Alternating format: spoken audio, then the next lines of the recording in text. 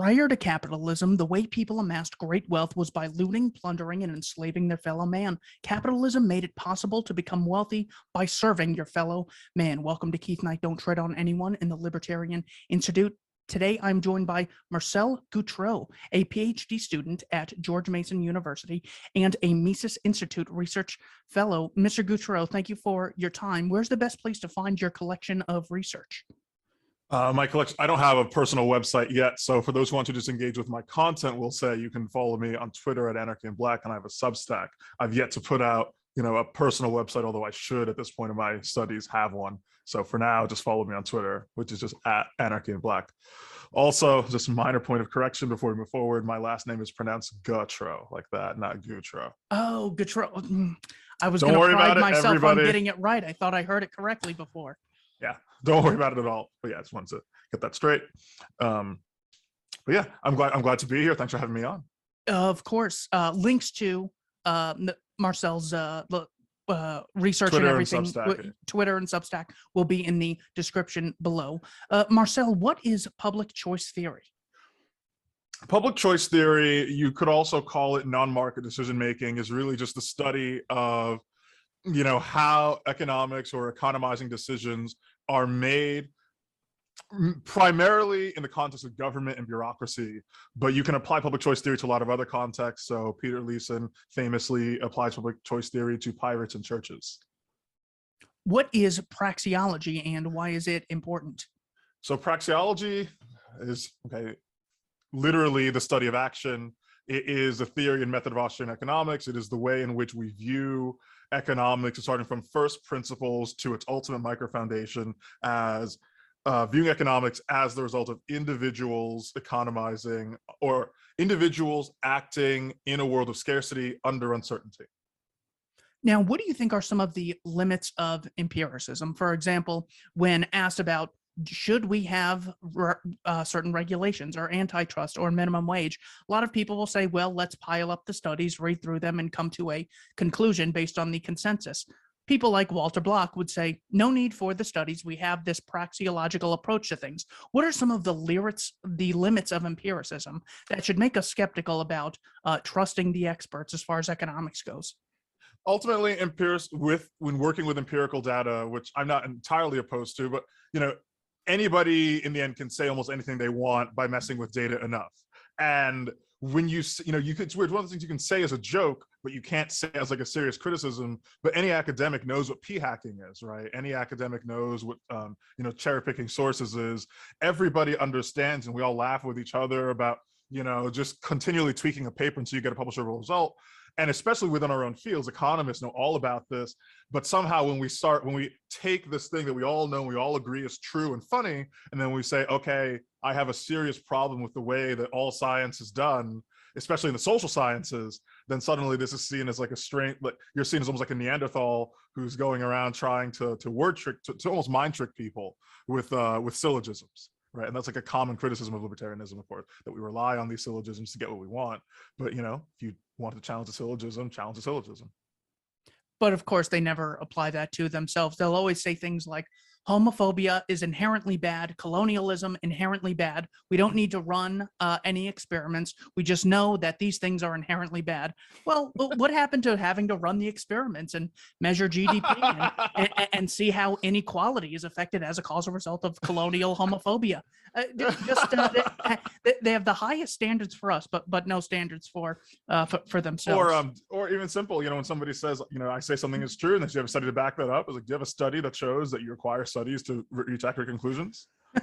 Yeah, that was great. I think it was in a book by Steven Pinker where he goes, studies show that studies don't show much at all. A lot of studies show that a lot of research cannot be reproduced and is not done properly with the scientific method.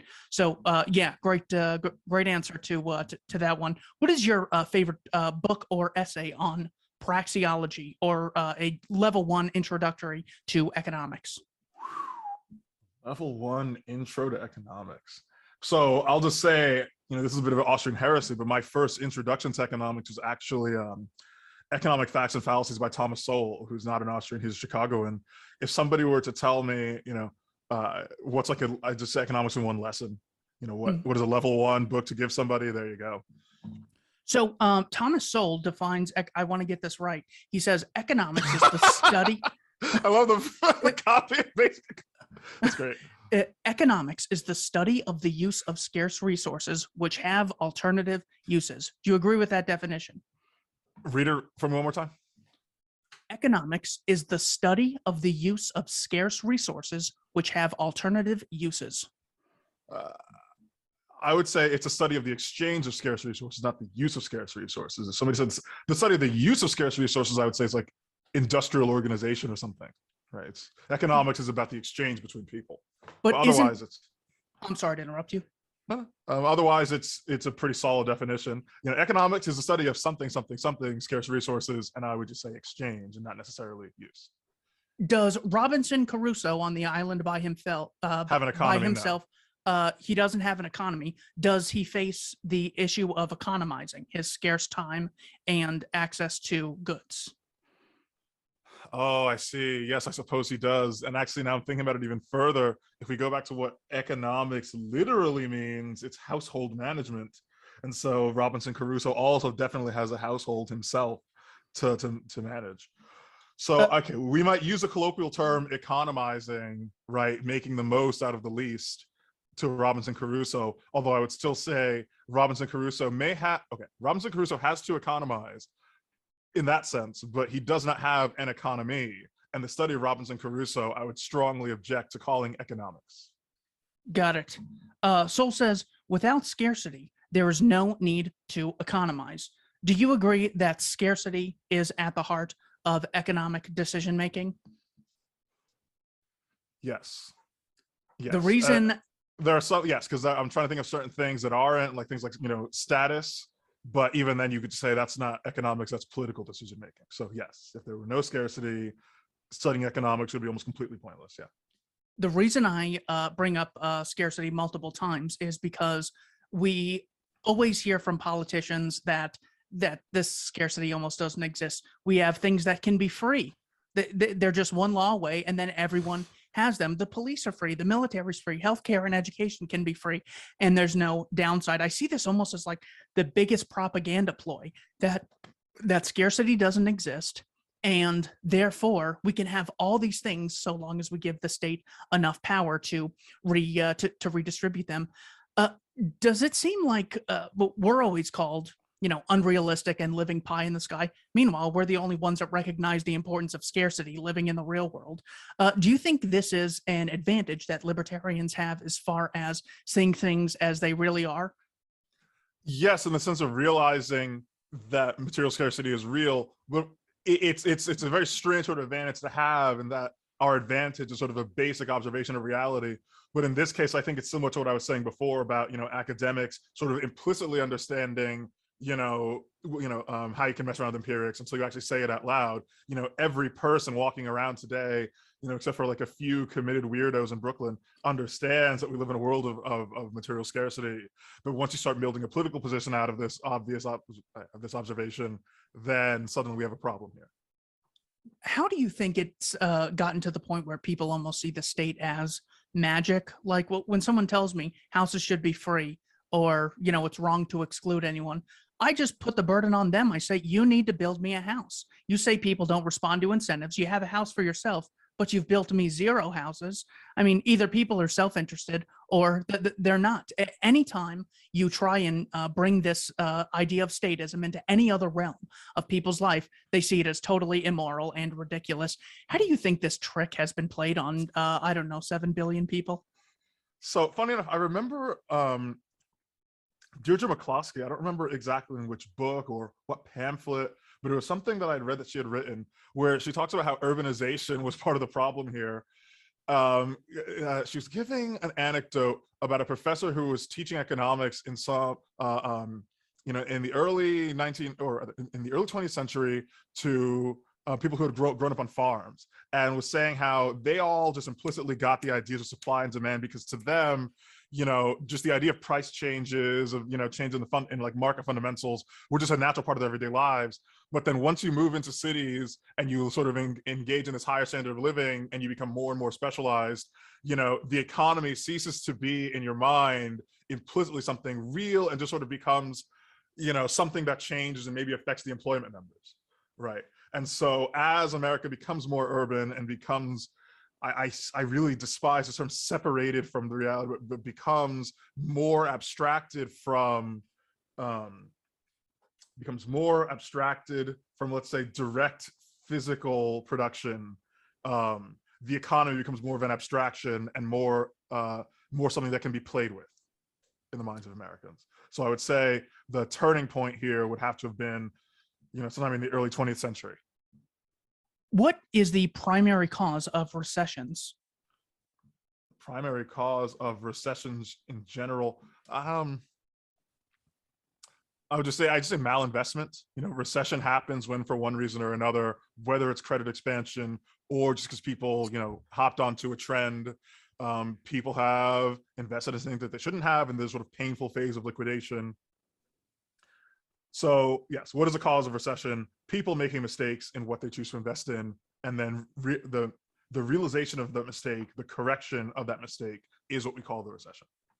And would you say that there's any, main culprit when it comes to recessions, whether it's Wall Street or investors or the Federal Reserve or the ignorant consumers? In our present context, most recessions that we encounter are caused by credit expansion in the Federal Reserve.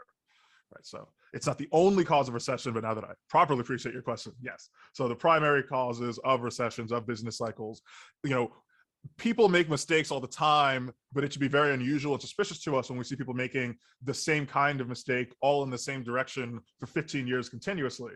And this is, yes, the result of easy money policies by the Federal Reserve, easy access to credit, people just chasing yield and investing in a variety of schemes that they really otherwise would not have and would have had no businesses doing. Why are some nations wealthy and others impoverished? Oof. Some nations are wealthy and some nations are poor. I would say at the most base level, because of insecure property rights. So I adhere to Smith's admonition that the only thing you need to bring a nation from the lowest poverty to the heaps of prosperity are easy justice, easy taxes, peace, and a tolerable administration of justice. And so for most countries in the world at this point, their biggest problem is tolerable administration of justice. Certain states more than others can protect property rights, but also certain cultures do not protect property rights. And a lot of people don't see this angle, but every once in a while you'll have countries, especially you see this problem in like sub-Saharan Africa, where you have there's no shortage of people who are entrepreneurial, no shortage of people who are fully capable of running farms or complex businesses, but either because the state predates on them or even their own families see, you have an extended family structure and then a single person in it is like the main breadwinner. And the more productive this person becomes, suddenly the wider their obligations to the extended family become, right? And so, you'll have foreign aid workers come into the country and help this guy irrigate his farm or whatever, and he'll be perfectly capable of operating this. And then at the end of the year, they're like, all right, now you got to save and invest in this next year. And he's like, I actually can't do that. It's like, why? Well, now that I made all this extra money, I am like ethically required by my entire family to hold a feast for them and like squander that money. Otherwise, they'll think that I'm basically the reincarnation of Satan. So there you go. And this is like a culture problem that needs to be fixed. And I would say for most of the world, there hasn't really, we are in a more peaceful world. A lot of these countries don't even have the state capacity to levy onerous taxes. So property protection is the number one obstacle in most of these places. If I care only about the well-being of the poor, why should I be a libertarian?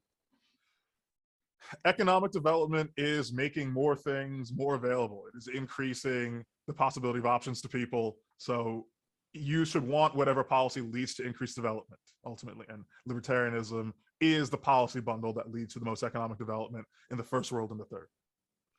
Massive wealth inequality is bad, therefore forced redistribution is necessary. How do you respond? actually massive wealth inequality is good because people are different in their endowments, they're different in their skills, they're different in their ability to use resources to benefit others.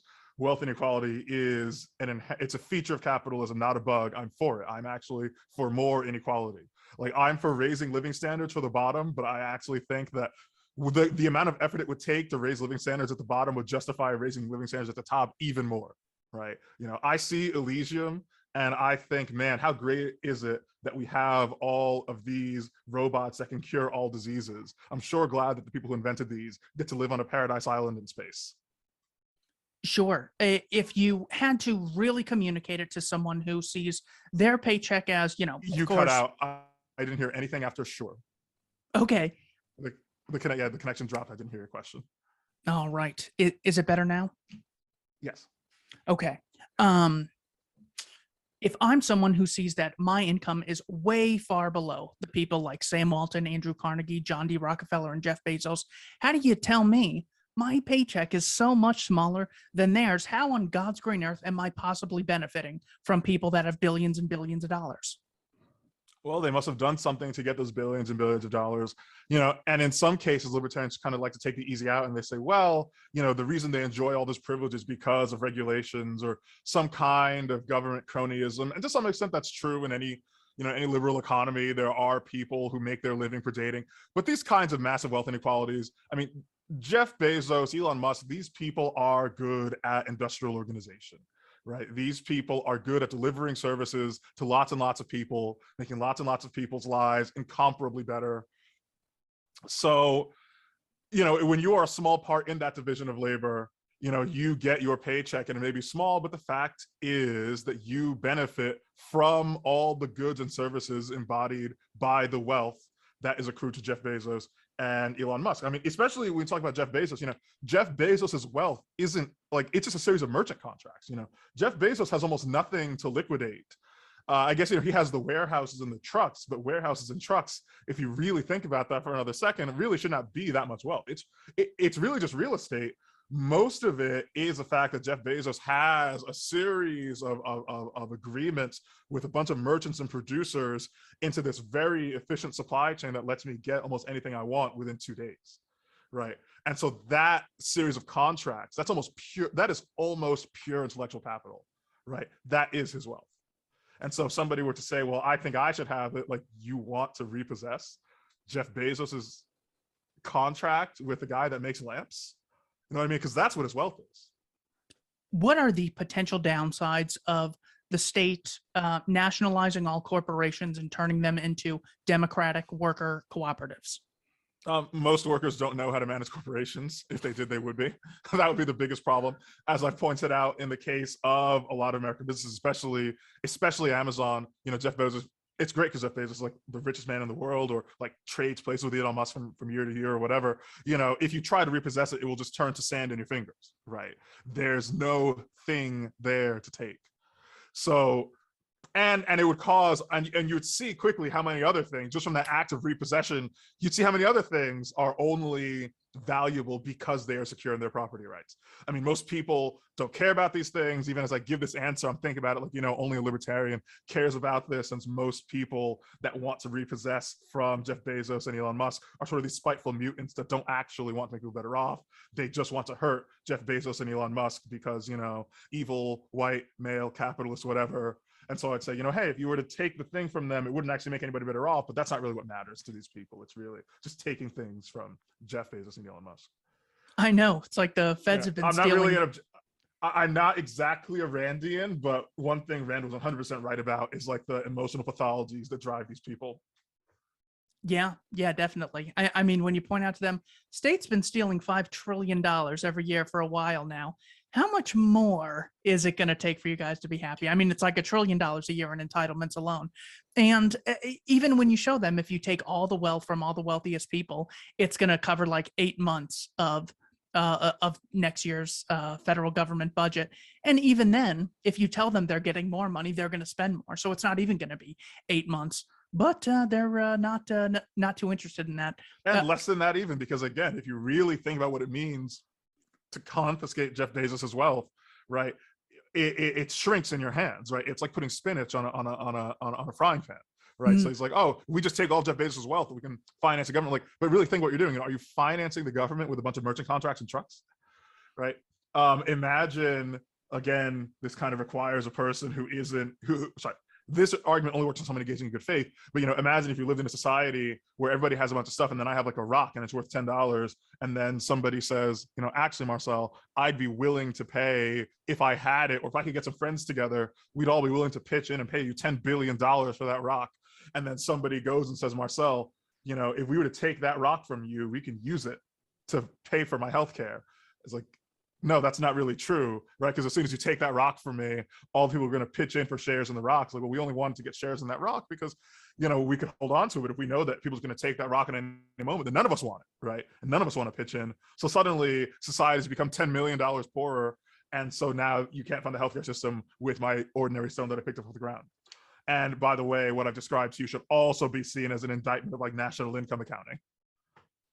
Mises said that an increase in real wages is the result of capital investment and increased worker productivity. Would you agree with that? Yes.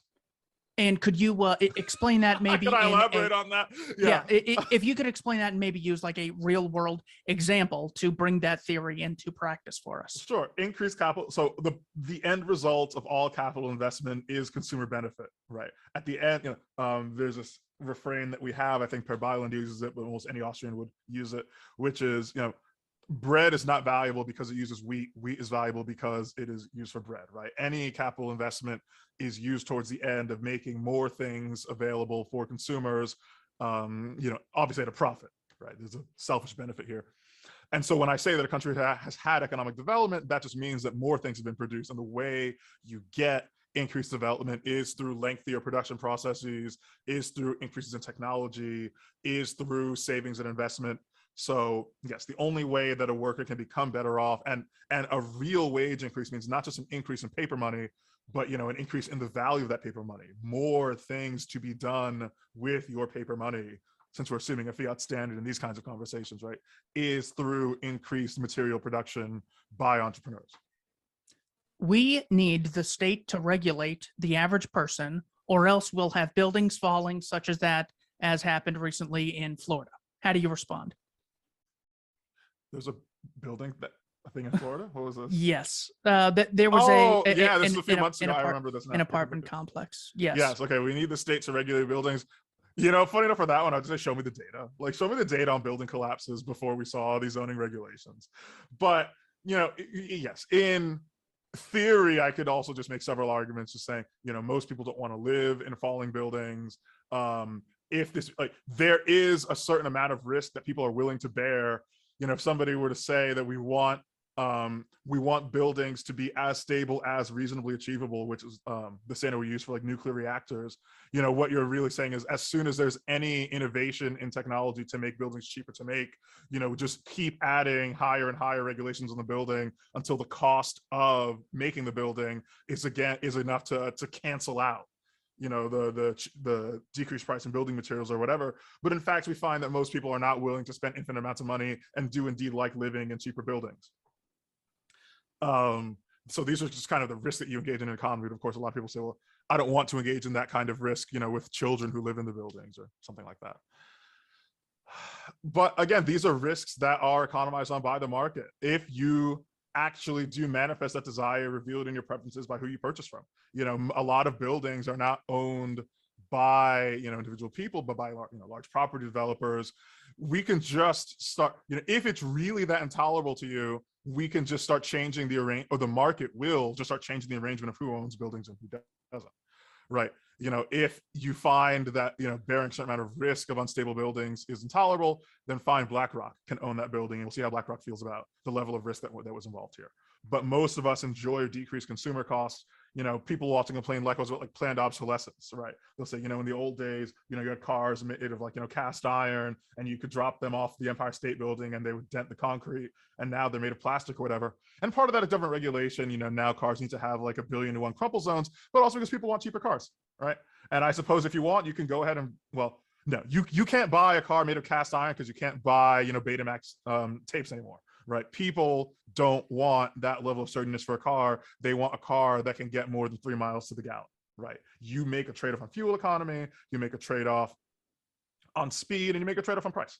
So, if somebody says, oh, we need government regulation to stop buildings from falling down. No, I place a pretty high premium on a building that is not going to fall down in the time scale of me living there. And I'm not interested in paying, twice the price so that my building will last longer than, the United States government will. Exactly. Of course, God willing, it will only last for, 3 days from now. Right. But you know what I'm saying? Yeah, as opposed to as if all these shortcomings, laziness, greed, short-sightedness, as if they don't apply to government officials, as if they don't face the stress of having to economize, as if they don't subject anyone to risk.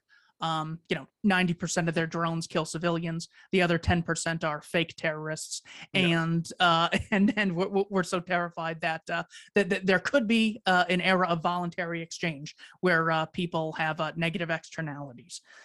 How about the case of antitrust? The argument might go something like, in the absence of a state, you might have some people bullying, intimidating others, acting unscrupulously, gaining a high percentage of an industry. And then once they're in that high position of power, they drastically increase the prices, making consumers and employees worse off. Therefore, antitrust is legitimate. How would you respond to that? I would say this is fake. This is just totally socialist propaganda made up in the 1920s. This literally never happened. I mean, this is a conspiracy theory. It's total horseshit. Sorry, can I curse on this? Is this allowed? Yeah. Okay, yeah, it's total fake nonsense. And this idea of predatory pricing is what we call this. This has, and I can't emphasize this enough, this has never happened. Ever. If you look at the the empirical data, right, we see that the price of oil, because the Standard Oil is the case that's used, and I kind of forget, it wasn't Andrew Carnegie, because Carnegie was a steel magnate. I forget who ran Standard Oil at the time, but yeah, the idea was of course it was Rockefeller. Rockefeller, if he finds out you're going to open an oil rig, he will just drop the price of oil down so that you can't do it. If that were true, and some people allegedly did make small fortunes by just pretending to set up oil refineries just to bait Rockefeller into buying off the assets from them, but in practice what that just meant was that Rockefeller was just outsourcing the construction of oil refineries, right? Some other entrepreneur just bore all the risk of getting the capital investment, built up the oil refinery, the oil rig, or what have you, or the oil drill, and then once it was all made, Rockefeller's like, awesome, I'll pay you a lump sum for that. And this was just another a very strange kind of business model, but that's not predatory pricing. That's just making consumers better off because oil just gets cheaper. If somebody delivers on that threat, they are making oil cheaper for however long it takes to drive the other guy bankrupt. And of course, we know that we live in a highly capitalized economy. Just because you have 10 times somebody's production does not mean that you have 10 times their cash revenue, or sorry, just because you have 10 times their production doesn't mean you have 10 times their cash reserves. And so if every pay period, they're losing $1, you're losing 10, right? Each time this happens. And unless you have 10 times as money in the bank as they do, which you definitely don't, because, your investors would never stand for that sort of maneuver. You're going to go bankrupt before they do. And here again, we can just imagine, proposing, the kinds of people who say, nonsense like this have no business being near any industrial organization. If you were to propose this at a board meeting, they'd think that you were insane. Right? If you said, listen, imagine if you were at McDonald's, you had like a stranglehold on fast food, and then somebody said, hey, listen, we got rumors that there's a new company called Burger King that's about to hit the streets, and we don't want that to happen. So I say we start handing out burgers for free until Burger King goes bankrupt. Right? We were like, that's the most ridiculous, asinine suggestion I've ever heard in my entire life. This would fail immediately. How many other objections do I have to this kind of nonsense? Oh, if we also, if we have a free trade environment, especially where there's no tariffs in other countries, this kind of regime would also never work. A collusion monopoly regime would also never work, right? Because let's say that you have, Standard Oil buys out all the oil in America and has decided not to decided to raise prices on us. Is Standard Oil also going to buy all the oil in Saudi Arabia or all the oil in Venezuela and so on and so forth? Now, as it is, OPEC is a pretty stable cartel because you have one incredibly hegemonic member in the form of Saudi Arabia, which has, almost as many oil resources as the rest combined. And also you're dealing with nation states and you're dealing with nation states and treaties and things like this. But even then, we see constantly that the OPEC, give me a second. The OPEC cartel is not as stable as you think. Also, we see that OPEC countries often lobby, domestic governments to not find substitutes towards oil. So some of the largest environmentalist groups in the United States are backed by Saudi oil money, right? So so you have this cartel that it uses not only state power of its members, but state powers of its non-members, right, to keep this cartel stable. This would not be normally possible in an internal free trade environment without antitrust laws. One final soul quote that I liked from this one is, sorry, if I could just pause to close Yeah. this picture. Imagine Henry Ford has a monopoly on making cars in America, and then you find that Henry Ford is also lobbying the French government. Imagine Henry Ford gets a monopoly on cars in America somehow, and he tries to keep the price of Ford cars very high. And then he said, well, what about Italian cars? And, to have Henry Ford be like OPEC in this scenario, you would have Henry Ford paying people in Italy to lobby the government to make, Maseratis and Ferraris and whatever more and more expensive, right? It's very hard to imagine under normal circumstances, a private corporation lobbying the Italian government to destroy Italian car companies. But thanks to the insanity of the U.S. government, we do have the Saudi government lobbying directly and indirectly the United States government to be less energy independent. what would be a negative downside of the state monopolizing the healthcare industry and declaring all healthcare needs to be free and paid for by increase in printing of the money supply? Well, okay, that's two. Well, you just said the increase in the money supply, so that would just be the price inflation. Also, so there's just the basic, once it's free, people will use it more, and you have this overuse and rationing. But the biggest one would be just the bureaucratization of the healthcare system, which is already disgusting in this country. But if once it were government controlled, I can only imagine the amount of layers of bureaucracy that would add to each level. But of course, again, to the kinds of people that want universal health care, this bureaucratization is a feature, not a bug, right? Nationalism in the present situation, not so much a case in in the 1950s and 60s where you had these post-colonial regimes engaging in nationalization. In those cases, they probably really did unironically think that if they can just take the Suez Canal, take British oil, take these things, or take these dams, right, that would make the country richer. I'm sure they earnestly thought that but now today, I don't think anybody really thinks that nationalizing the healthcare system would make things better off. But what they think is, man, just think of all my liberal friends that will be able to get hired with their gender studies degrees, doing diversity mandates in a universal healthcare system. Right, that's the real goal here. One of my so as you tell me, what are the downsides? I'm listing up the downsides, but I'm assuming I'm talking to a normal person. If I'm speaking to it, but this is not going to help you. I'm giving your audience a meta commentary. Here are all the arguments that you can use. We should be aware that the people that you're arguing with are probably parasites, and you don't even need to argue with them at all. Yeah. Well, hey, we're still like Sisyphus pushing that stone up the hill. One of my favorite soul quotes in this book was, "In reality, most of the great fortunes in American history have resulted from someone's figuring out how to reduce costs so as to be able to charge lower prices and therefore gain a mass market for the product. Henry Ford did this with automobiles, Rockefeller with oil, Carnegie with steel, Sears, Penny, Walton, and other department chain founders with a variety of products. How have they been able to propagate the lie that capitalism equals greed equals high prices equals poverty?"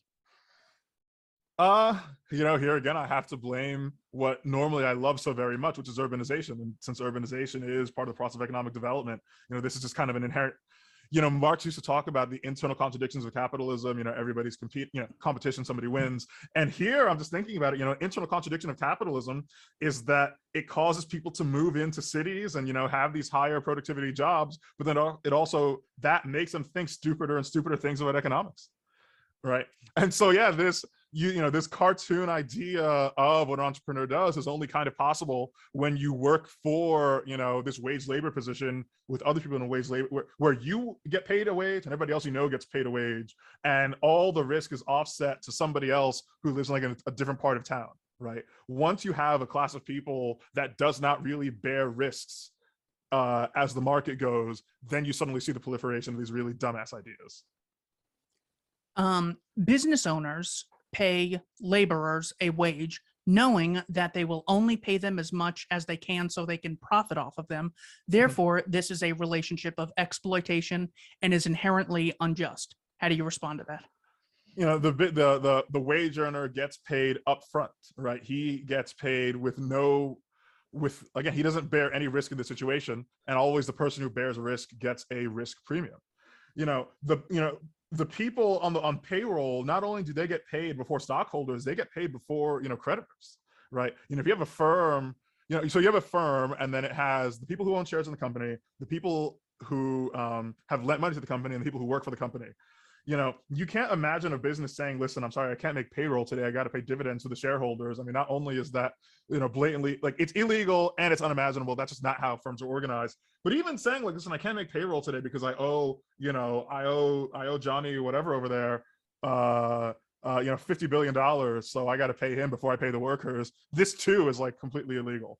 And even in the absence of like a legal arrangement here, this is just an implicit fact of industrial organization. So workers get all these advantages over the hardworking capitalists that invested the money and all the hardworking creditors that lent the money to finance this operation. Workers get to cut right in the front of the line every other week and say, hold on, before you pay anyone else, before you've sold anything, I don't care what you sold, I don't care who you know, I don't care who you've met, I don't care what your problems are. I worked 40 hours this week. You have to pay me first, right? And that's why you get paid less, right? In exchange for worker privilege, right? The worker privilege of being paid first, guaranteed, no excuses, you get paid less.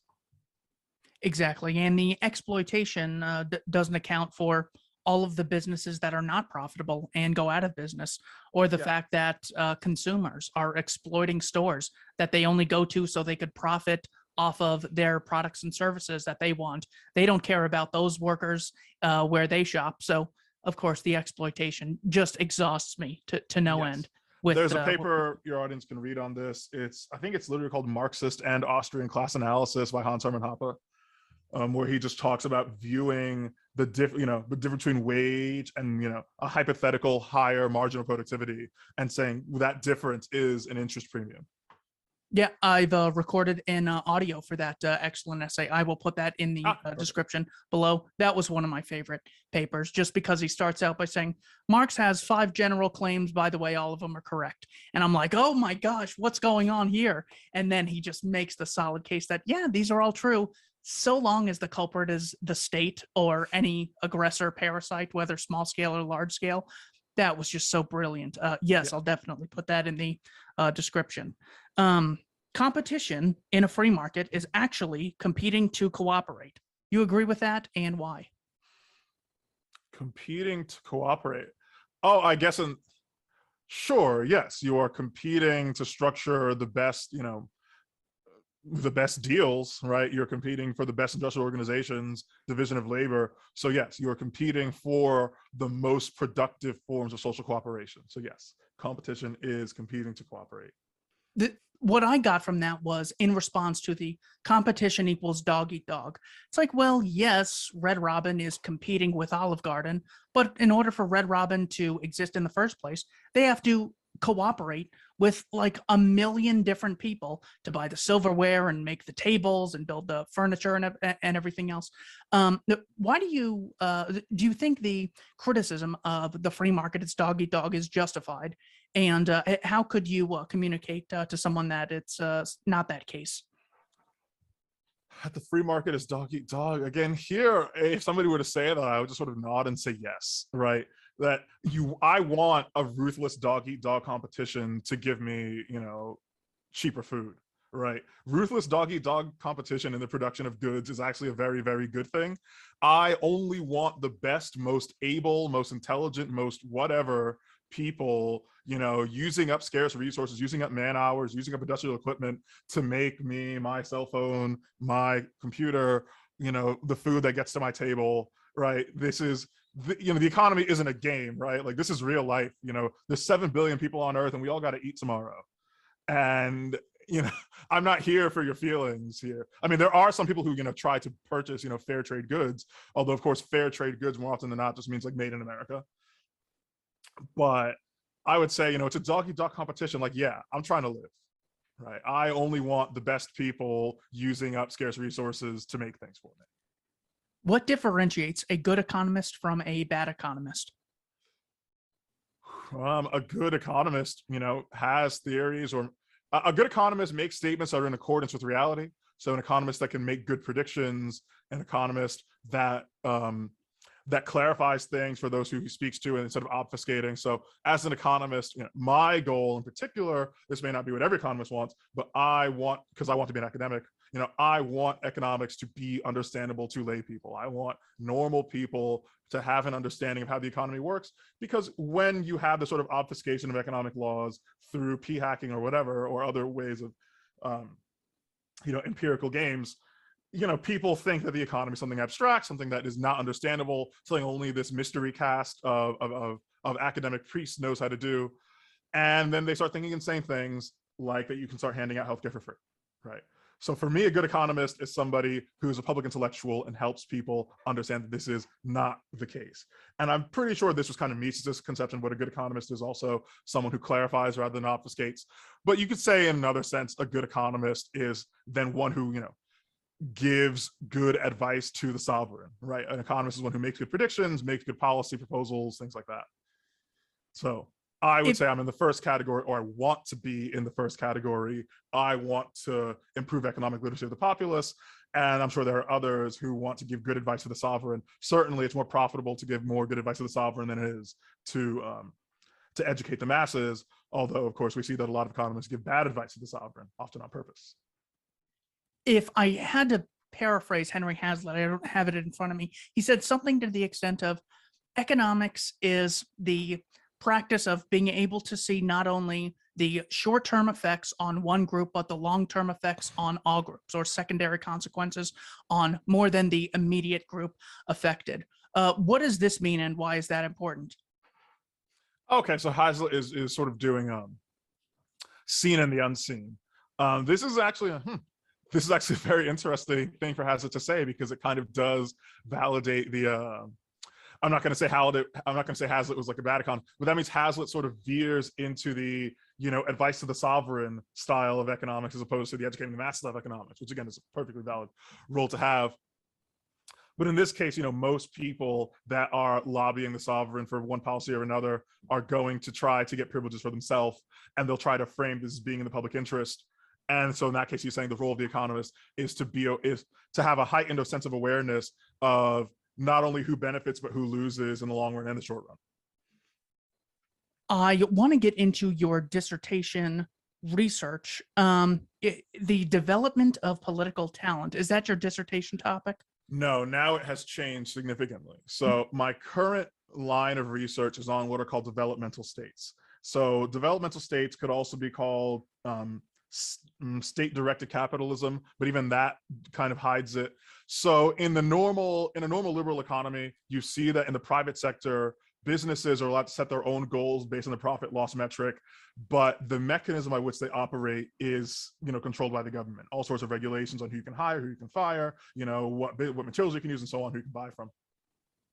And in developmental states, it's sort of the opposite, where the state sets development milestones to reach, we need to have such and such amount of steel production in the country, but the private sector is wholly free to reach that goal however they desire.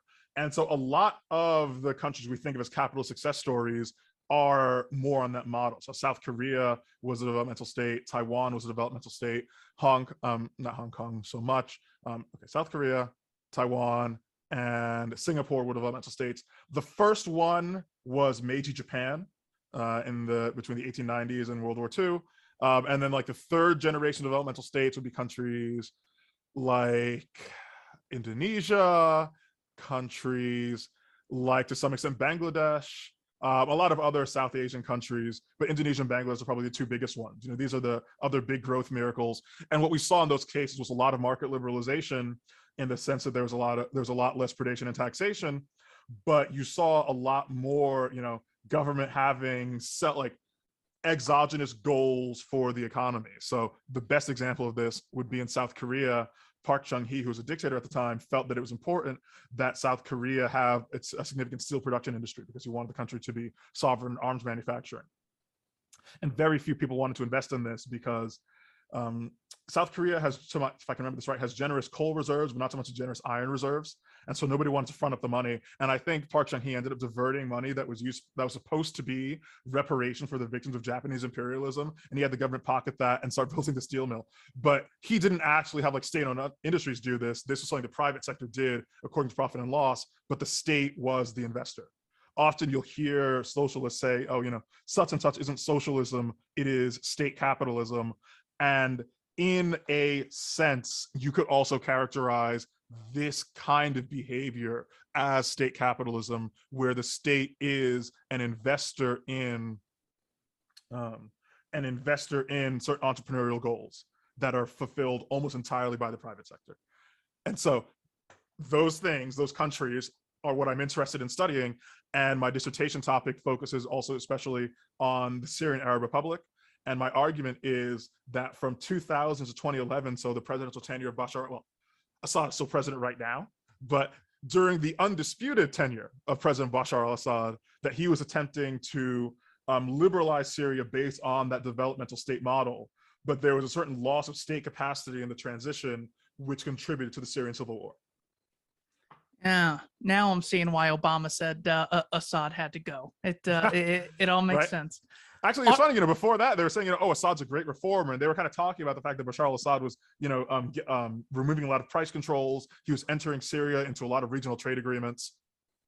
And on his, during his presidential inauguration speech, he said that he wanted to transition Syria into a social market economy. And most people who hear social market economy think it's something like, like Sweden or something, but really he means something like West Germany. But the problem for him, this is now me just advancing my own argument here. The transition from National Socialism to the social market economy that we saw in West Germany had an intervening step involving killing a lot of National Socialists, banning them from politics, and then holding the entire country at gunpoint under the US Army and the French Army and the British Army, right? Bashar al-Assad's like, we're going to move from this sort of National Socialism to capitalism, but you can't do that when like your entire support base are those self-same socialists, right? It would be like if Hitler made a unilateral decision. I'm not comparing Bashar al-Assad to Hitler. I am in this aspect, actually, right? It would be as if Hitler sort of made a unilateral decision in, let's say, 1933. So in 1942, that, okay, everybody, no more National Socialism. Now we're going to prosecute this war with the Soviets using capitalism because capitalism is more productive. So we're getting rid of all these useless parasites that are, attached to German industry. But the thing is, all those useless parasites attached to German industry are like high-ranking National Socialist Party officials. So you have a bit of a problem here. You have actually made the case against U.S. entry and British entry into the Second World War. How do you justify that position? Yeah, so World War II delivered almost all of Eastern Europe into the hands of Joseph Stalin. It's a pretty simple case here. America had no national security interest in preserving the British and French colonial empires. It was forced upon it was not even forced upon them. The American people were kind of tricked into it. And so I think that if you look back with an objective eye and you think about, if you think about the political environment in there at the time and looking at the outcomes, looking back, and you don't allow yourself to be sort of enchanted with rhetorical spells about this or that atrocity being carried out by this or that government, World War II, like American entrance to World War II was a mistake, right? The world would have been, for all intents, far better off if we allowed Hitler and Stalin to grind each other to death. And then perhaps after that, we can sweep in and then, liberate Poland and Czechoslovakia.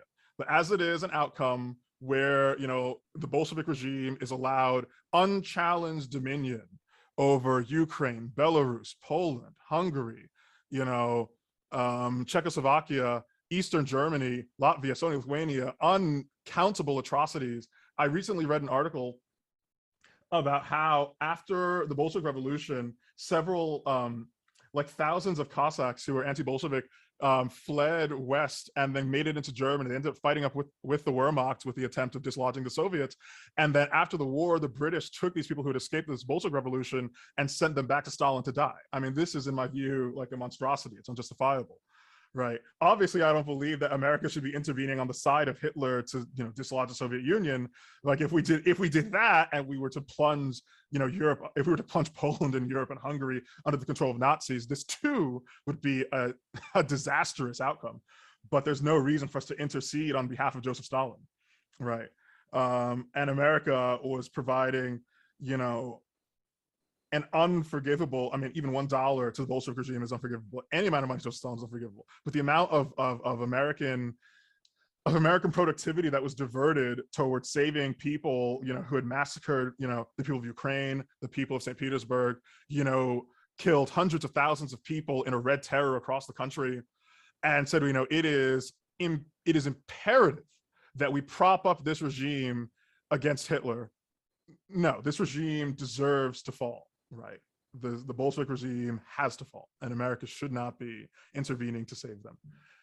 And, England and France are capable, they're big boy countries, right? If they know that America's not going to save them, they can engage in normal politics to get an outcome worthy of them, right? The fall of Paris to the Germans was also a disaster, right? Even though, when we talk about stopping German white supremacy, I mean, the Germans are a white supremacist regime, the French are also a white supremacist regime, right? The British are also a white supremacist regime, right? If you think about the atrocities that England was perpetrating on India and France upon Algeria, the idea that, we were fighting for freedom and democracy, for God's sakes, you had the Dutch government in exile operating out of Indonesia, right? Fighting for freedom and democracy with colonial regiments.